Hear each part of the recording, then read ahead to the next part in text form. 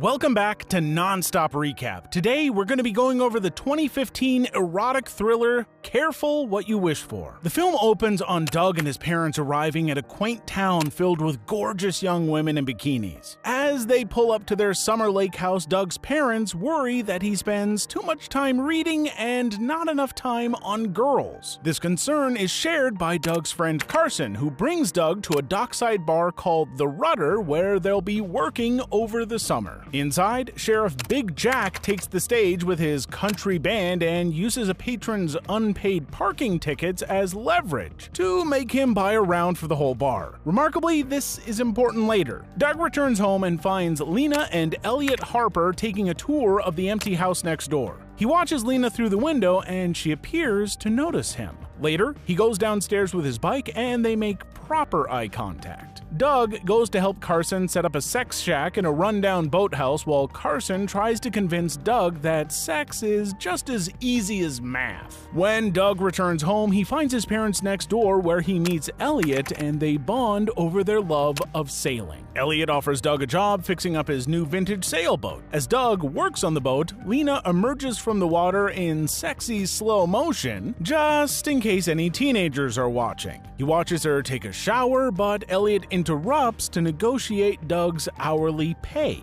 That night, Doug hears arguing and looks out the window to see Elliot assaulting Lena. Doug makes no mention of it when meeting Elliot at the boatyard the next day.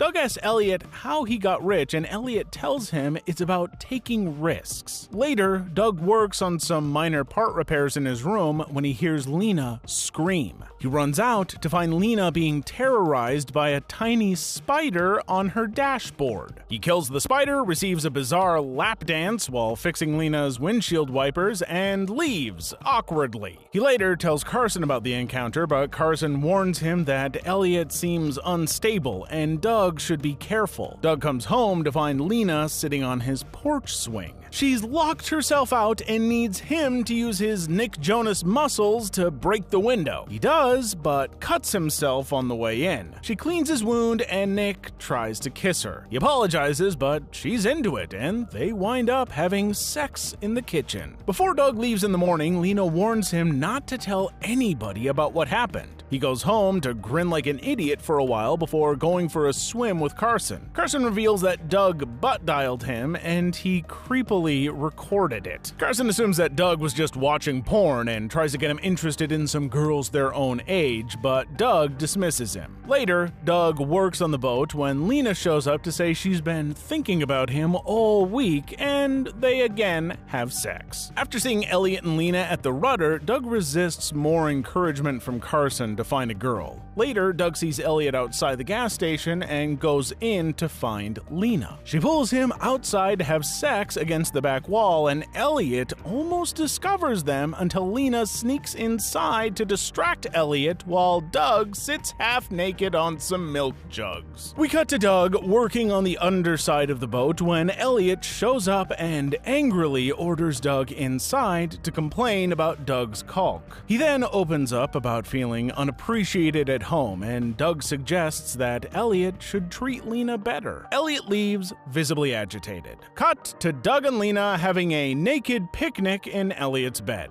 Doug sees half a heart tattoo on Lena's ankle and learns it was from a past relationship. Lena then gives Doug a burner phone to contact her with, reminding him Elliot is paranoid and they need to be careful. Then they go to the kitchen for more food, where the gardener sees them through the open window. Doug arrives at the boatyard to find Elliot revealing the name of his sailboat, the Intrepid. Elliot invites Doug out for a sail and insists Lena join them. Out on the lake, Elliot belittles Doug for being single. Doug says he's in love with someone, but she's stuck in a bad relationship. Elliot tells Doug that he's being played and that love will cost him. When the engine malfunctions, Elliot goes below deck to fix it, and Lena tells Doug that she plans plans on leaving Elliot tonight. Later, Lena calls Doug from a medical center saying that she tried to divorce Elliot and he assaulted her. They meet up and Doug tells Lena to call the police, but she refuses. We cut to contractors working on Doug's house while Doug calls Lena and learns the gardener hasn't said anything yet. They hook up in Carson's boathouse and Lena tells Doug that she's positive Elliot will figure things out. At the rudder, Carson tells Doug that he knows the boathouse is being used and he knows Doug's seeing someone. Later, Doug comes home and Lena texts him to say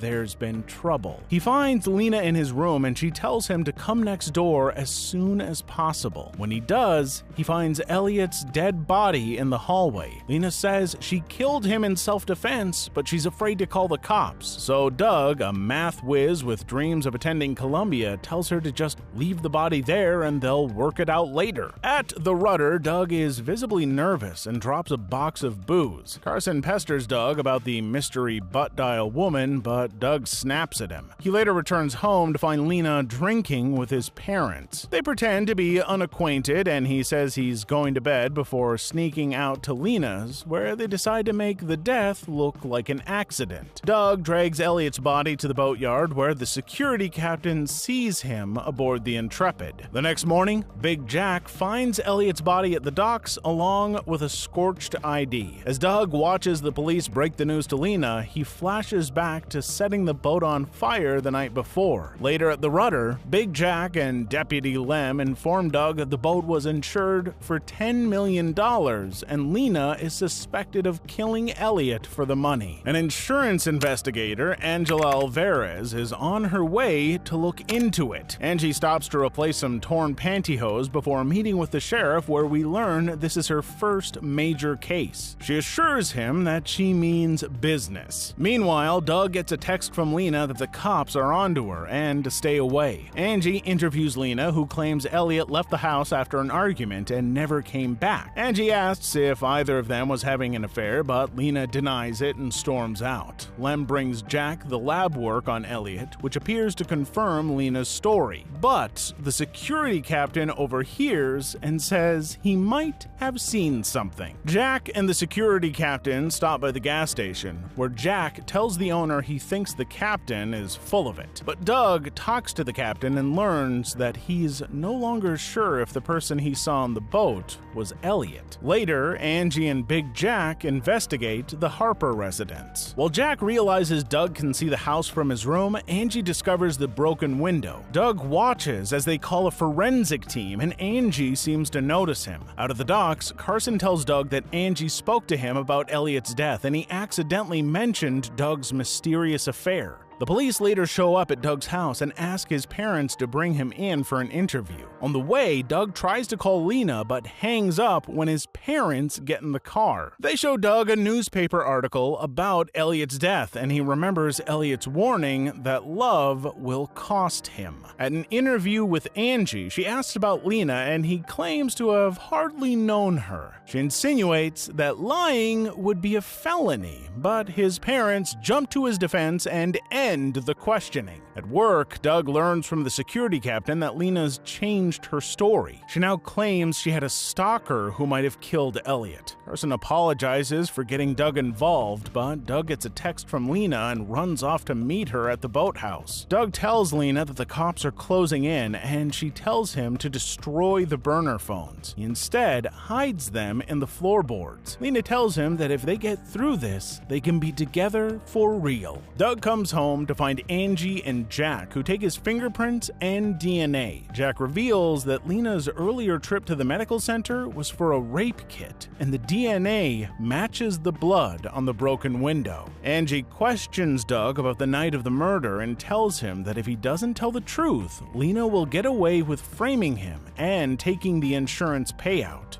He sticks to his story and demands to be let go. He goes to the rudder and reveals the truth to Carson, who says he shouldn't come clean without proof the relationship was consensual. They decide the burner phones and the gardener are their best bets. Doug speaks with Jack, who reminds him of the incident with a parking ticket and suggests his loose definition of justice could be useful if Doug tells the truth. But Doug's parents call and order him home right away. Doug tells Jack about the gardener before leaving, and Jack takes his water glass to have it tested for prints, with orders that he needs the results back before Angie gets hers. Back at the station, Angie tells Jack the gardener has been murdered. Lem then confirms that Doug's prints match the ones on the window. Meanwhile, Doug's parents confront him about finding Lena's underwear in his drawer. Before he can tell the truth, Jack shows up to arrest him. But Doug gets a text from Carson about the gardener and flees through the window to get the burner phones while there's still hope. Doug passes Angie on his bike and she follows him to the boathouse. He gets there first, but Lena enters and kisses him before revealing she already has the phones. As the cops show up, Lena rips her dress and removes her sunglasses to reveal a black eye. She then pretends Doug is attacking her and the cops arrest him.